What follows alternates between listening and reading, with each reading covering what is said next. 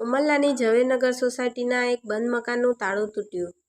બાજુના મકાન માલિક જાગી જતાં ચોરીની ઘટના બનતી અટકી ગઈ.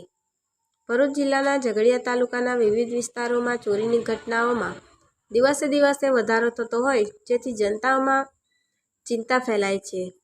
તાલુકામાં ઘણા સ્થળોએ થયેલ ચોરીની ઘટનાઓ હજુ વણઉકળી રહી છે ત્યારે ગત રાત્રિ દરમિયાન ઉમરલા ગામની ઝવેરનગર સોસાયટીમાં એક બંધ મકાનને રાત્રિ ચોરોએ મળસ્કે નિશાન બનાવી તાળું તોડી ચોરીનો પ્રયાસ કર્યો હતો. મકાન માલિક મકાન બંધ કરીને બહાર ગયા હતા ત્યારે આ મોકાનો લાભ લઈને તસ્કરો મકાનમાં ચોરીના ઈરાદે આવ્યા હતા અને તાળું તોડીને અંદર ઘૂસવાનો પ્રયાસ કરતા આ મકાન માલિકના બાજુમાં રહેતા સંબંધી જાગી જતા તસ્કરો નાસી ગયા હતા. સદભાગ્યે ચોરી થતાં અટકી જતા સૌએ રાહતનો દમ લીધો હતો. જોકે તાલુકામાં છાસવારે બનતી જતી ચોરીની ઘટનાઓને પગલે તાલુકાની જનતા ચિંતિત બની રહી છે.